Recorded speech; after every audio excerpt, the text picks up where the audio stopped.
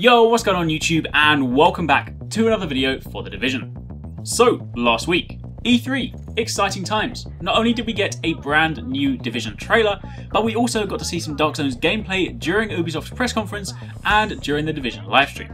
What's more, anyone that was actually on the E3 show floor, there was a playable demo as well. And if you guys caught my video before E3, then you'll know that I was out there, so I too got to go hands-on, which means I can finally speak informatively about the Division, how it plays, how it feels, instead of just speculating. Which is a really cool feeling, because having covered it for the past, say, 3 or 4 months, finally to go hands-on is honestly just a really big relief. So I figured what I'd do in this video is basically just give you guys my impressions having now played it, and then in the following weeks I've got like a load of different information that I want to bring you guys to do with things like Dark Zones and like looting and just loads of cool stuff, so make sure you keep it locked because I've got plenty of good stuff coming your way. But yeah, in this video, let's just talk about my impressions. So, let's begin with the obvious question. How does it feel? In short, really, really good. If you guys have ever played anything like Splinter Cell or Ghost Recon before, then you're going to feel right at home.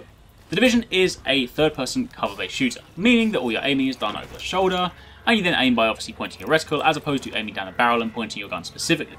And obviously being a cover-based shooter, there's a lot of emphasis on ducking and diving between cover, and that is handled really, really well in the Division. You basically kind of jump between, again, as mentioned, if you have played anything like Ghost Recon or Splinter Cell, then you're familiar with this. You jump behind cover, you point at sort of like an object, and then you fluidly transition between objects and between cover points, and it just works really nicely. And the Division is no different. I mean, obviously it feels like its own game, but in terms of like fluidity, in terms of the way the actual game controls, it actually feels really good. It's got the right kind of weight to it where your character still feels really good. The handling for the guns, they definitely feel sort of, individual in their own way.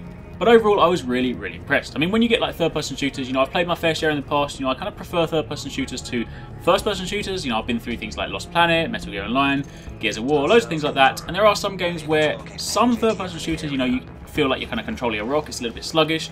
Other ones, it's like done really well and it's obviously done really fluidly, and the Division is one of those. So in terms of controls, if you guys are wondering sort of, how it actually feels, hashtag how does it feel, it definitely feels really good. So now let's talk a little bit about the Dark Zone, because this is obviously the main thing that I played. And these are a really, really cool addition. If you guys have ever played any sort of MMOs before, this is probably one of the best comparisons, because when you play Division, when you're in like the general kind of open world, the cooperative area, then you're just there with your team. However, when you enter a Dark Zone, this is a lot more like an MMO encounter.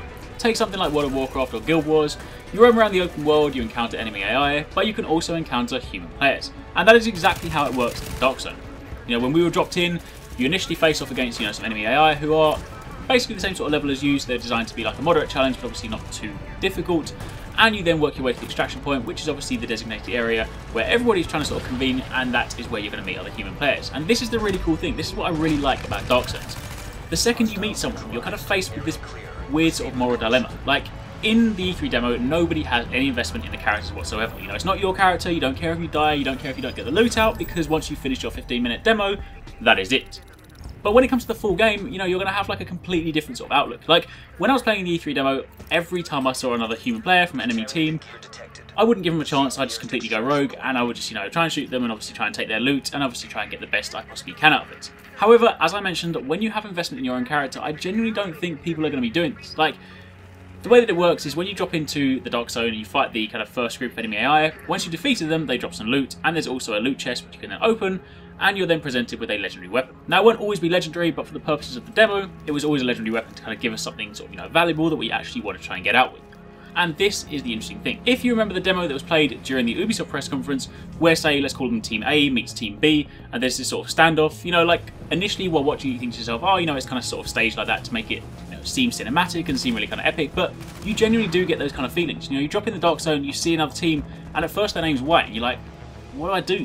Do I actually want to go up against them? Do I want to try and risk going rogue and, like, potentially, if you win, you stand to gain a lot more. You can kill them, you can take their loot, and if you can extract out in time, then you get, double the rewards effectively. However, if you pick a losing battle, then, not only have you kind of broken that circle of trust, because now if the enemy team sees you again, they're not going to be like, oh, he went rogue once, we'll leave him again this time. No, they're going to be like, well, he's, we can't trust him. He's untrustworthy, therefore, every time we see him, we're now going to gun him down. So, that kind of moral dilemma is a really cool thing. It's something that, I used to play a lot with, say, when I played in World of Warcraft, when you had, like, I always used to play on, like, a PvP server. So anytime you saw, like, Alliance, because I was Horde, you'd always be faced with this idea of like, oh, you know, do I want to pick a fight with him, or should I leave him to go and like gather the mining ores, or to go and gather from like the bushes because I don't really want to pick a fight?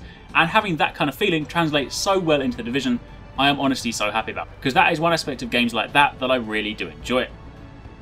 Now, there is one thing I will say, however, this kind of ties into Dark Zones, plus also ties into the thing I discussed at the beginning, and that is time to kill.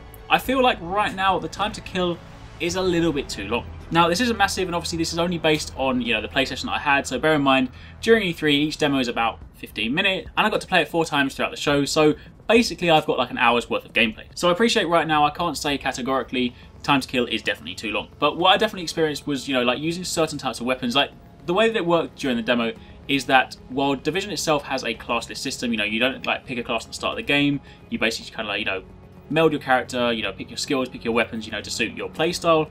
That being said, during E3 for the demo, they kind of set up 3 different loadouts. So you basically had like a sniper, who also had like an SMG as their secondary. You also had like the shotgun guy, who then had like a machine gun as well. So he was obviously the heavy kind of close range sort of, you know, powerhouse. And you then had like the middle ground person who had like assault rifles and something that's like akin to, say, a scout rifle in Destiny. So I found that with some of the guns, it did feel like I needed to use maybe like an entire clip, and sometimes even more than an entire clip, just to down an enemy. And while time to kill in things like third-person shooters is typically much longer than, say, something like a first-person shooter, you know, I'm not expecting something like Call of Duty times where like 2 shots and someone's down, because that is not what Division is. You know, Division is not that kind of game, and that's not something I want either.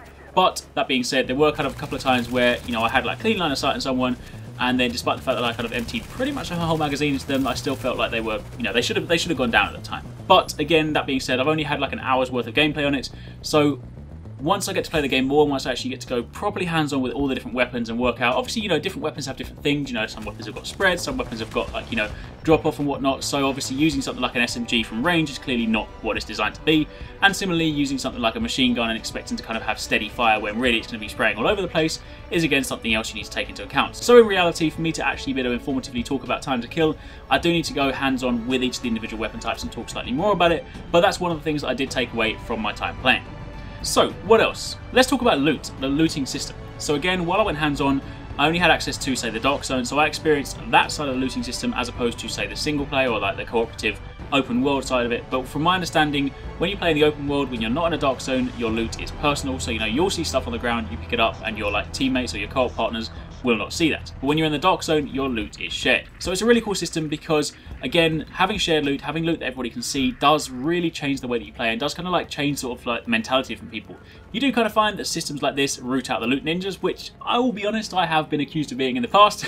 You know, you see a chest, you run to it, you're like, I want to open it. But yeah, it's really cool. You know, you take down like the team of enemy AI, for example, and then a chest drops, but then obviously there's also like loot that drops around on the floor. So the way that it works in the demo as well, when you open a chest, it said that your legendary gear or like kind of the chest loot that you get is shared between like the entire team, so everybody therefore got the legendary rifle that we looted. However, anything you see on the floor is indeed personal. So if you do take someone down and you see someone drop like, say, a purple item, then you are going to want to rush for it. So that's really cool, as mentioned, because you do again surface those sort of like, you know, MMO, World of Warcraft kind of mentalities where everybody's sort of, you know, working towards like a common goal, but then obviously when loot drops, suddenly everyone changes again. So that's really cool, because you might suddenly see like online that someone picks up some purple items, you're like, oh, you know, I wanted them. So suddenly you're like, well, I wasn't going to go rogue, but now I kind of do want to go rogue because obviously I want those items. So yeah, again, this is like the loot system ties really nicely into the Dark Zones, and it works really well. Kind of, you know, it complements the whole rogue system, because I think it really is going to like test people's patience and test people's sort of, you know, like strength and standing and whatnot, because that's going to turn people. When you know there are things like legendary weapons and some like really good stuff on the line, you're going to see some people losing those moral battles. And then lastly, the final thing that I want to talk about with regards to impressions is how the game actually looks, and also kind of touch on this sort of quote-unquote downgrade that people have been talking about. So first up, there is no downgrade. Let me tell you this right now, I've played the game, I've been hands-on, and I've seen it right in front of me, and the game still looks amazing. It looks really, really good. And also one thing that's worth calling out is at E3, the demo was running on an Xbox One. It wasn't running on a PC hidden behind a cabinet with an Xbox One controller made to look like an Xbox One. It was actually running on an Xbox One. So do bear in mind that in the past, the footage you would have seen, say back in 2013, 2014, that was running on PC. So there will obviously be a slight difference between PC graphics and Xbox One graphics, but I can tell you, even on Xbox One, which is hardware-wise the weakest console, it still looks really, really good. And also bear in mind that the time of day and the lighting this time around was actually different to that which we've seen before. Previously, in 2013, 2014, You know, most of the shots were all shown like during daytime, so it's very bright, very sort of colourful, and obviously like, you know, it really shows off, you know, what the game looks like. But obviously this time round, to kind of sort of suit the dark zone, it was a lot more grey, it was a lot darker, you know, the weather was kind of bad in the game, and that obviously also makes the game look different. So obviously if you're seeing it through stream, you're seeing it through Xbox One, you're seeing it like at a different time of day, you're naturally going to think it looks different to how it was before, but that does not necessarily translate to a downgrade. So rest assured, the game looks great, the game plays great, the game's a hell of a lot of fun from what I've played, and I genuinely think if this is a sample of things to come, then we are in for a treat. And that, my friends, is pretty much it. Those are my impressions from my hands-on time at E3. As mentioned at the beginning, I genuinely am so relieved because having covered the game for the past, say, 3 or 4 months, you know, going hands-on for the very first time, I was apprehensive because obviously as a YouTuber, you know, when you cover a game for a long period of time and suddenly you go hands-on for the first time, you know, there's that worry, there's like, you know, is it going to be good? Is it going to be like, you know, what I want it to be? Because obviously I do have plans to cover this, you know, going forward. And I can tell you, I was so relieved. Like, the game was so much fun to play. You know, I played it both with people, I also played it with random people when I was there, and I had a blast every single time. So honestly, I genuinely think any of you guys that were worried, that are thinking, oh, you know, the game's been delayed, you know, is it going to turn into another Watch Dogs? Do not worry. This game, from what I've played, is really promising, and when you get to go hands-on with it at the beta at the end of the year, I think you'll see for yourself. Either way, thank you very much for watching. Let me know in the comments down below what you guys thought from what you've seen at E3, and thank you very much for watching. Take it easy, catch you next time, peace out.